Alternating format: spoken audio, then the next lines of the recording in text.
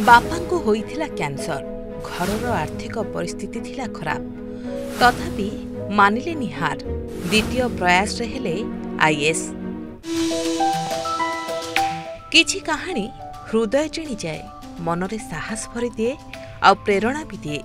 सेमिति एक कहानी होछि पंजाब रो मेगारे रहुतबा रीतिका जिंदल को कहानी। सबुठु आपणार मनीष को हराइबार जंत्रणा, आर्थिक स्थिति खराब, ए सबु सत्वे से हार मानि नथिले। काहेकि ना गोटिए जीत तांकु साहस दिए, से होछि बापा मां को स्वप्न को पूरण करिबार जीत। शेषरे से होइथिले विजयिनी। बापांकु होइथिला कैंसर। तांकु खूब भल पाउथिली, तांकु कष्टरे देखिबा थिला खूब कष्टसाध्य। मो बापांको चिंता मो मन को बारंबार आसुथिला। एहा व्यतीत जीवन में अनेक समस्या थिला। पाखरे कौनसी डाक्तरखाना नथिला। बापांकु डाक्तरखाना नेबाकू अनेक किलोमीटर यात्रा करबाकू पड़ुथला, किंतु एसबु भितरे जारी रखिथिले पाठ पढ़ा। बापांको स्वप्न को पूरण करबाकू खूब कष्ट करिथिले। बापांकु सिना हरै देली, किंतु जीतीगला तांकरी स्वप्न। एई भली किछि संघर्षर कहानी होछि पंजाब रो रीतिका जिंदलकर।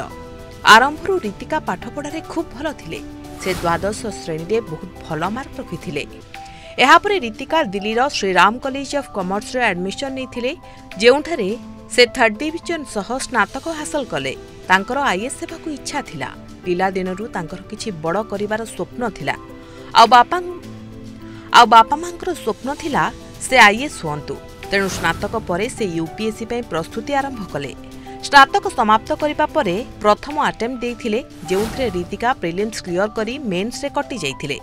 किंतु से हार मानि नथिले एवं प्रस्तुति जारी रखिथिले। पुणी थरे परीक्षा देबाकू मनस्थ कले। रीतिका परवर्ती प्रयास रे 88 रैंक रखी क्लियर कले यूपीएससी।